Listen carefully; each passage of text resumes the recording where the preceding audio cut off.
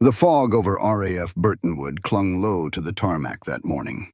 Thick, silent, hiding secrets. It was late summer 1944. The war in Europe was turning, but the sky over England still roared with the grind of machines that hadn't yet been perfected. Inside Hangar 12, however, something different was about to be born. A handful of mechanics stood around a plane that didn't officially exist. It looked like a P-51 Mustang, but leaner, sleeker, almost alien in its lines. The skin gleamed silver blue under the floodlights, panels fitted so tight they reflected like glass. Its engine wasn't a Merlin, at least not anymore. Someone had reworked the intakes, reshaped the cowling, and installed a turbine-driven supercharger that whined like a banshee when it spooled up. And at the center of it all stood Arthur Keene, a mechanic turned accidental visionary. He wasn't an officer. He wasn't even supposed to be there. But his name was whispered through the base, the man who could make engines sing. That morning, he wasn't singing. He was defying gravity itself. "Tower, this is prototype Seraph 1, his voice crackled through the radio. Calm, confident, reckless. The airfield commander looked through binoculars and swore. "That's not regulation. That's not anything." The plane began to move, slow at first, then roaring past the hangars so fast the shockwave rattled tools from the benches. The sound wasn't the deep growl of piston engines. It was a piercing howl, like air itself was being torn open. Then, liftoff. The Seraph 1 climbed at an impossible angle, slicing through the clouds. The altimeter readings spiked. Radio contact broke with a burst of static. Radar screens flickered. The men on the ground stared upward, shielding their eyes. For a second, the silver craft appeared again. A glint, a streak of light carving across the gray. And then it was gone. No smoke, no debris, just silence. The commander shouted for search teams, but the air was empty. No trace, no signal, no pilot. By sundown, black sedans rolled through the base gates. Men in suits carried briefcases, not rank insignia. They sealed the hangar, confiscated every log, every tool, every piece of metal that had touched that aircraft. When dawn broke, the plane, the mechanic, and every record of Project Seraph were gone. Only the rumor remained that somewhere a mechanic had built a fighter 10 years ahead of its time, and the future had come to collect its debt. In 1944, aviation was ruled by one unbreakable belief that propeller-driven aircraft had reached their peak. Engineers knew it, commanders accepted it, and every pilot in the sky flew with that ceiling over his head. Speed stopped at 450 miles per hour. Anything faster would rip an engine apart, tear wings clean off, or make a plane uncontrollable. The Germans had proven it first with the Me-262, the jet that terrified Allied airmen. It was the future, smooth, sleek, powered by thrust instead of propellers. But it was fragile, temperamental, and expensive. The Allies were still grounded in prop-driven muscle, refining machines like the P-51 Mustang and the P-47 Thunderbolt to their absolute limits. Everyone believed that warplanes followed a predictable curve, progress in inches, never leaps. Everyone, except one mechanic. Arthur Keene didn't read that memo. He didn't believe in limits. He believed in resonance. That if you could balance pressure, heat, and airflow perfectly, a piston engine could behave like something between mechanical and elemental. When fellow engineers told him his ideas were insane, that prop-driven aircraft couldn't cross the line between sound and silence, he laughed. "Engines don't care about what men believe," he said once. "They care about what air wants." Keene saw engines as living systems, not machines. While others worked with charts and manuals, he listened, literally listened, to how air moved through the cowlings, how the vibrations changed pitch when the plane hit 400 mph, how the exhaust tone deepened when drag harmonized with lift.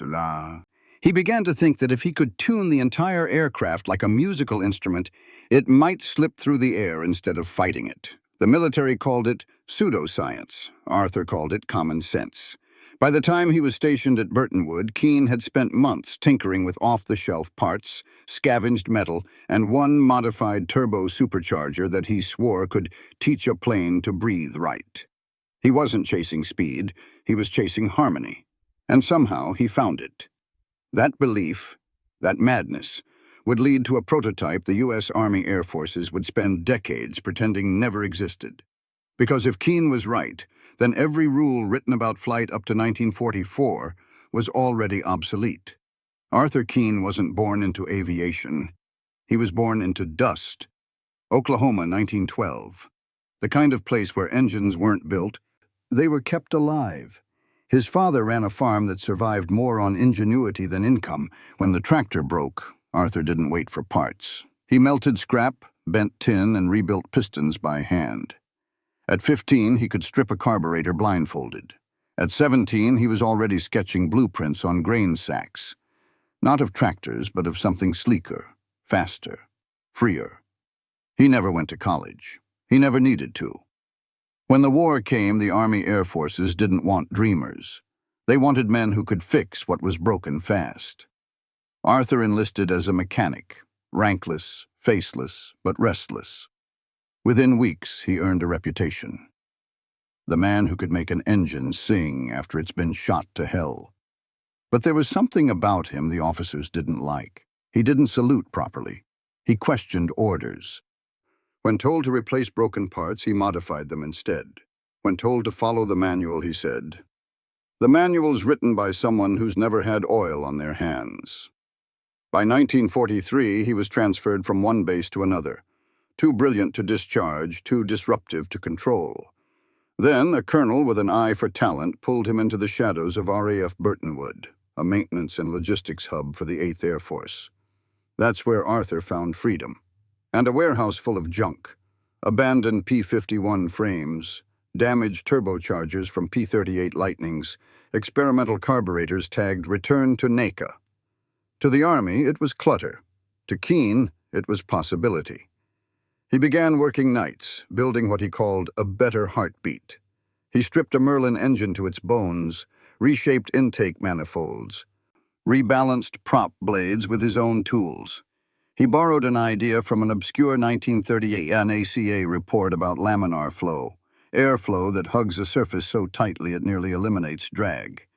He didn't just modify the Mustang, he reimagined it. One night, another mechanic walked in and froze. The plane in the hangar looked like a ghost. Silver skin polished smooth. Intake vents angled like shark gills. Prop blades curved like scythes. "What the hell are you building?" the man asked. Arthur didn't look up. He just smiled. "Something that shouldn't exist yet." By early 1944, the rumor had spread across the base. A mechanic with no degree, no clearance, and no fear had built a fighter that could change everything. The officers laughed, until they heard what happened on the runway that August morning. The order was simple. Ground all experimental aircraft until cleared by command. Arthur Keene didn't read it. Or maybe he did, and just didn't care. By late July 1944, the hangars at Burtonwood buzzed with whispers. Everyone had seen it. The strange silver Mustang with shark-like intakes, and that eerie turbine-like whine. Mechanics swore it wasn't just a rebuild. They said it looked alive. Arthur called it Project Seraph, half joke, half prophecy. Because it's going to fly too close to heaven, he'd laugh. On the morning of the test, the air was heavy with low fog and static. The tower was closed for maintenance, meaning no official flights were logged. Perfect. Arthur had been preparing for weeks, tuning the engine like a concert violin. Every bearing, every hose, every bolt was measured by ear and instinct. He had replaced the stock carburetor with a hand-built hybrid, half Merlin, half experimental turbine assembly salvaged from a wrecked British jet prototype. The result? An engine that shouldn't exist. one that could compress air faster than the frame could handle. At 05:12, with only two other mechanics watching, Arthur climbed into the cockpit. He strapped in, helmet off, sleeves rolled, cigarette still burning. One mechanic muttered, "If he fires that thing up, it'll blow the hangar apart." Arthur grinned. "Then we'll know it worked." The switch flipped.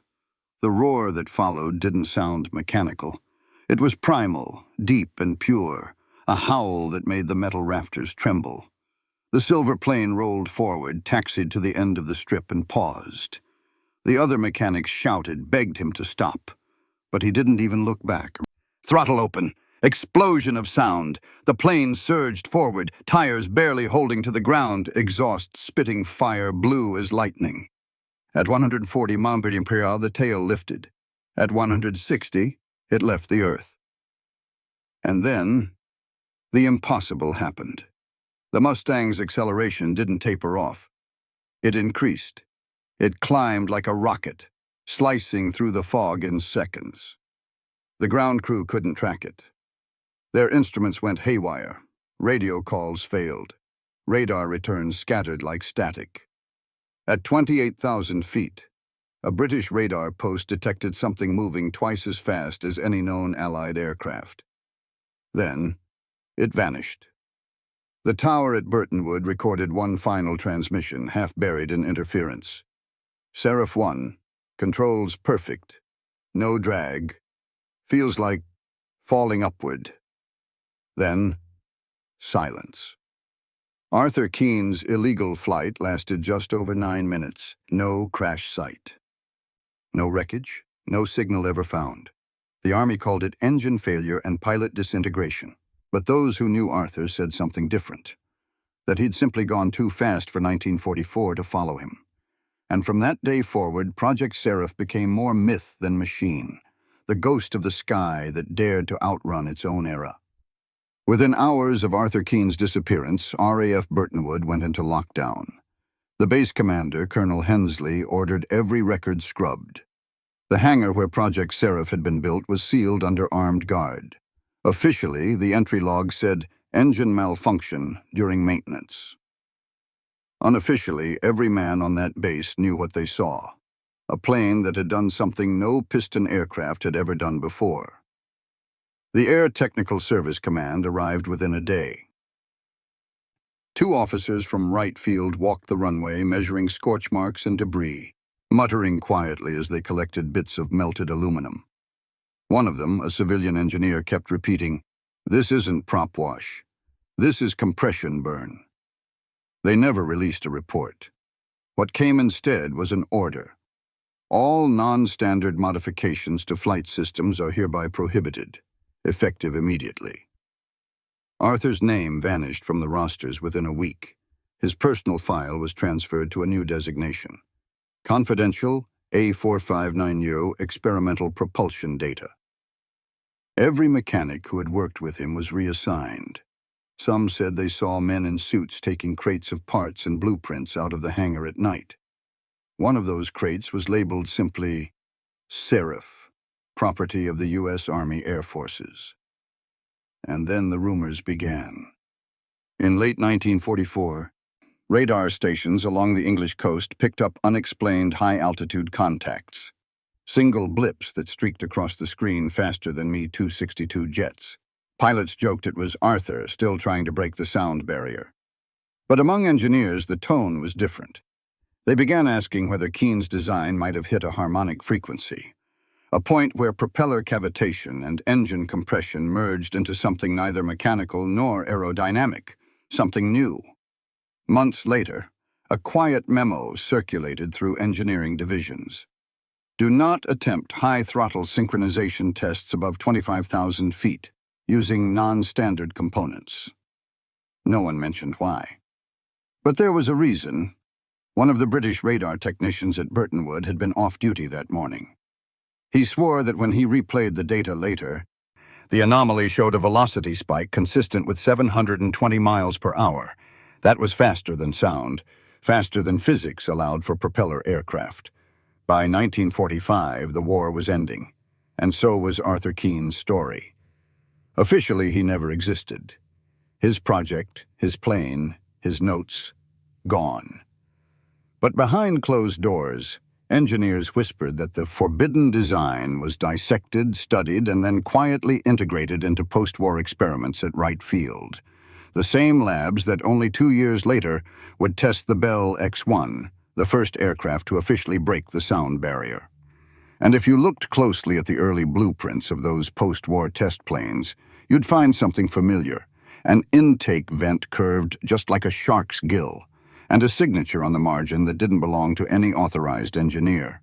A name scrawled in pencil: A. Keene. By 1947, the U.S. Army Air Forces had become the United States Air Force, sleek, modern, and hungry for speed. The jet age had arrived, and everyone wanted to claim the title of first to break the barrier.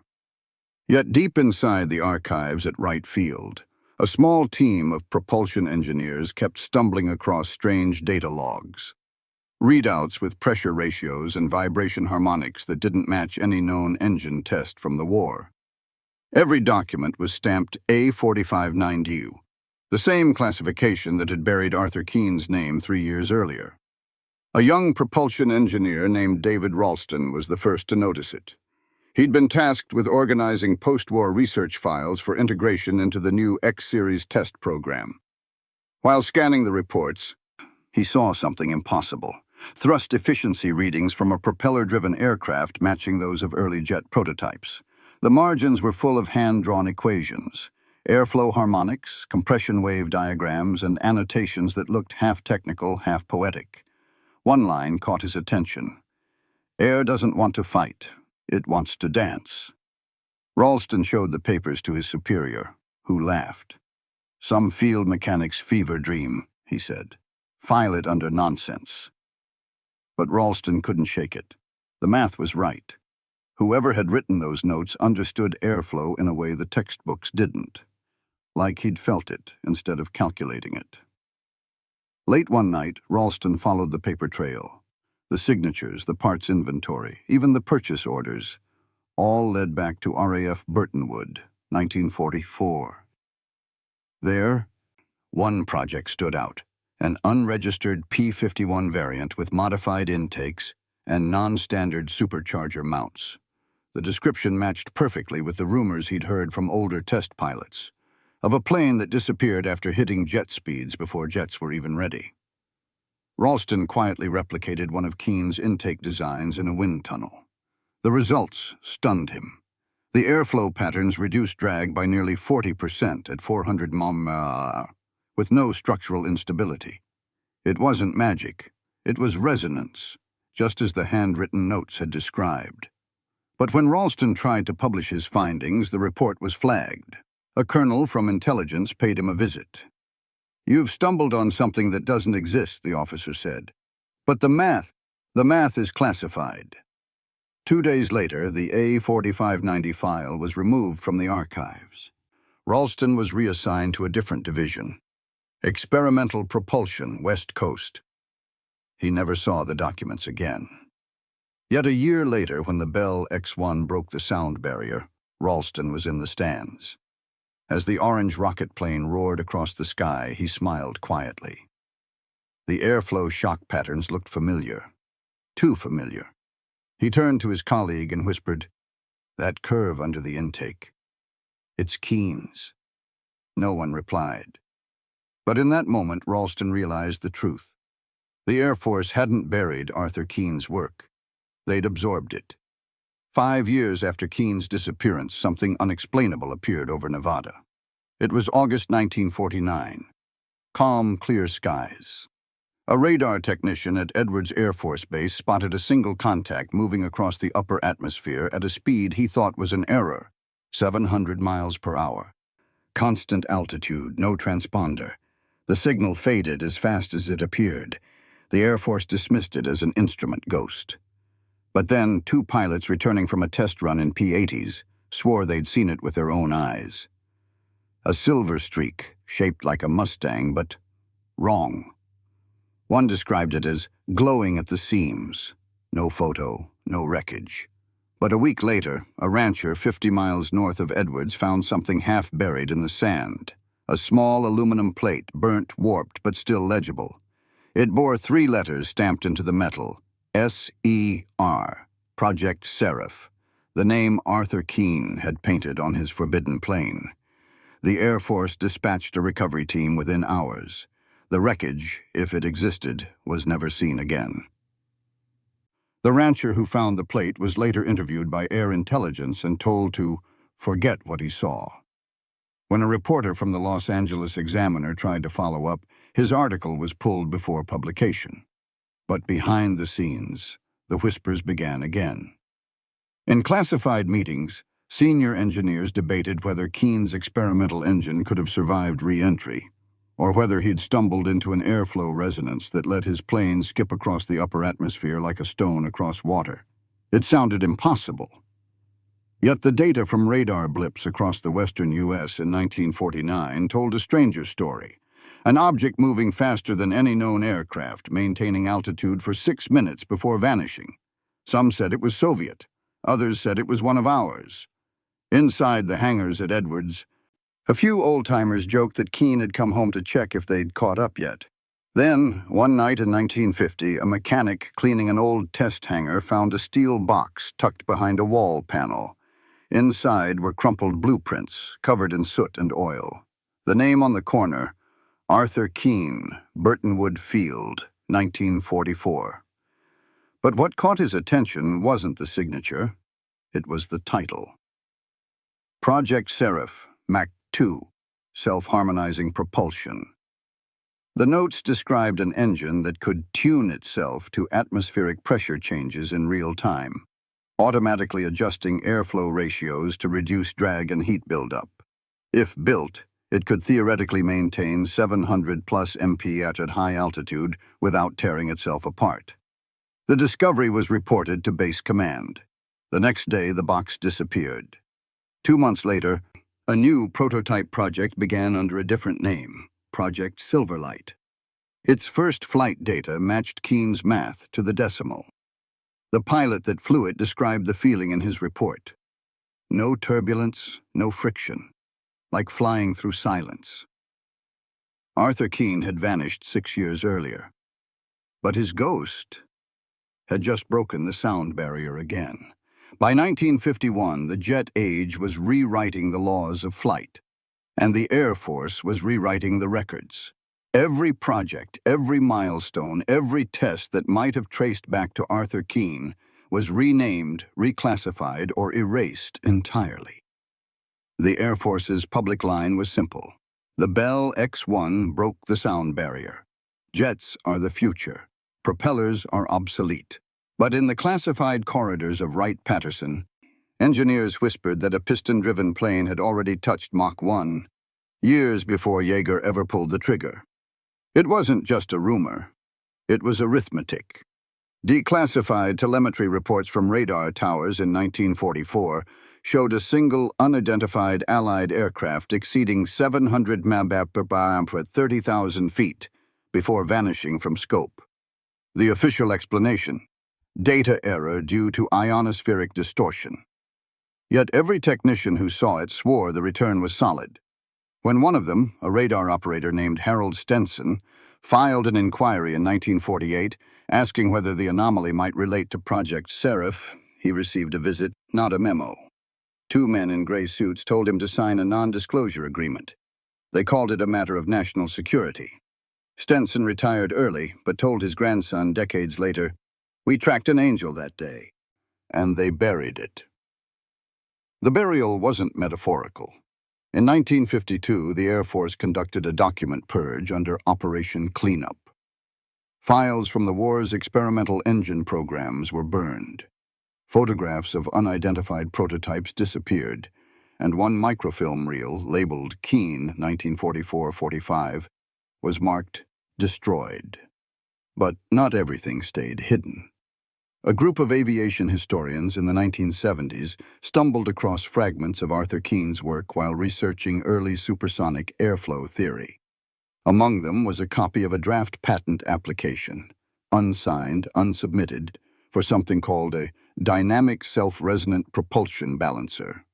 The description matched the Seraph's core system exactly. The application date? March 1944. Keene had been working on self-adjusting airflow harmonics years before jet scientists in Germany and Britain would even theorize similar systems. His engine, on paper, had been a full generation ahead of its time. But the question lingered. Why bury it? The answer came from an anonymous letter received by aviation journalist Edward Haley in 1982. It read, "Keene's design worked. It was too efficient, too unpredictable. It proved propellers could rival jets, and the jet lobby couldn't afford that. They called it dangerous because it was inconvenient." Haley traced the letter to a retired engineer in Arizona, one of the men who'd worked on Project Silverlight. The man refused interviews but left him with a single sentence. "We didn't lose Arthur Keene. We just weren't ready to admit he'd beaten time." Today, official archives still list Project Seraph as unverified experimental rumor, insufficient evidence. But among pilots, the legend never died. They say that sometimes on quiet test nights over Edwards, radar picks up a faint signal, high, fast, alone, the same frequency pattern from 1944. The controllers call it the ghost blip. The old engineers call it something else, Keene's echo. History doesn't remember rule breakers kindly, not until the future catches up. Arthur Keene never made it home, never received a medal, never saw his name printed on a blueprint again. But every time a jet punches through the sound barrier, a small piece of his rebellion echoes through the sky. He wasn't a commander, not a decorated ace. He was a mechanic, a man with oil under his nails, intuition sharper than any instrument, and the arrogance to believe that flight was something alive. While bureaucrats wrote limits into manuals, Keene erased them with his wrench. His disappearance became legend, but the physics behind it became foundation. When the U.S. built the Century series of fighters in the 1950s, the F-100, F-104, F-106, engineers unknowingly resurrected his ideas. Adaptive inlets, variable compression management, flexible airflow paths. The same nonsense that got him grounded had become gospel. Even the jet designers who scoffed at piston technology quietly borrowed his math. The P-80 Shooting Star carried an air intake curve based on tests from unverified field experiments, 1944. Those experiments were his. The phrase unverified field was the government's polite way of saying classified accident we can't explain.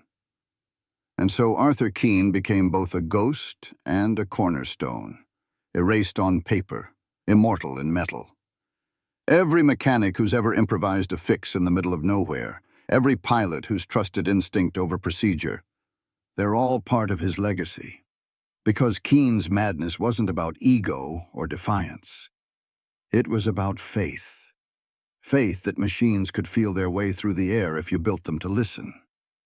He once said to a friend, recorded in a surviving maintenance log scribble, "Speed isn't something you make, it's something you find." The Army buried that note, but the sky didn't. When the Cold War dawned, and new jets began to stretch beyond Mach 2, the engineers who led those projects were standing on invisible shoulders. No one mentioned Keene in their reports, but they all quoted his principle without knowing it. Match the rhythm, not the resistance. And maybe that's why his story still lingers. It's not about the myth of a man who flew too fast.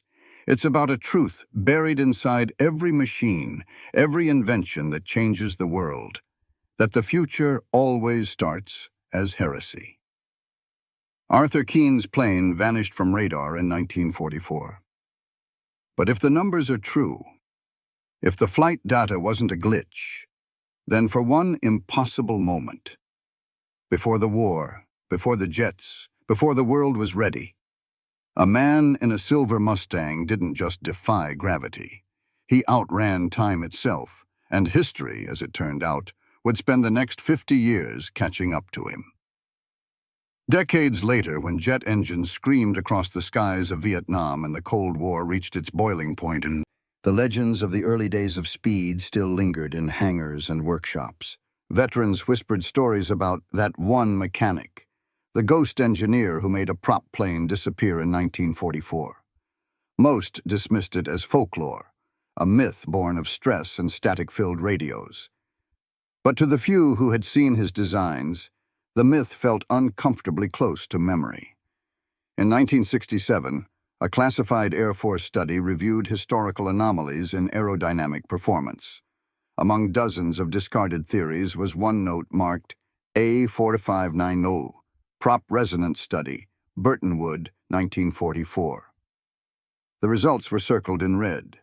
Sustained flight stability achieved at altitudes 28,000 feet with harmonic self-balance. Further study recommended. The report concluded with two words that summed up Keene's entire legacy: premature concept. Premature. That was Arthur Keene's curse, and his victory. By the time NASA engineers developed active flow control systems in the 1980s, they realized they were rediscovering what Keene had stumbled on in the desert 40 years earlier.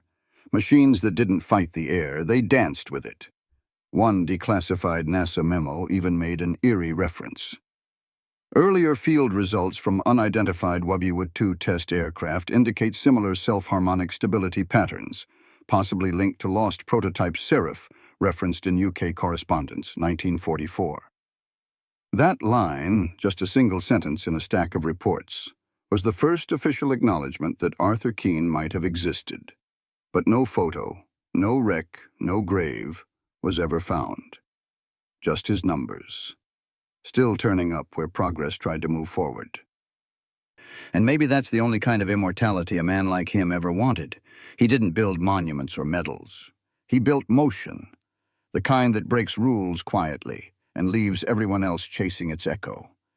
His genius wasn't the machine he built, but the mindset he left behind. That innovation isn't born from permission, but from obsession. Today, when a stealth jet slices through the sky unseen, when airflow bends around a wing just right, somewhere deep in that data, in the vibration and harmonics of modern flight, is the fingerprint of a mechanic who refused to wait for orders. Arthur Keene's plane might have vanished into thin air, but his idea never did. Because once you teach air how to move freely, it never goes back to following the rules.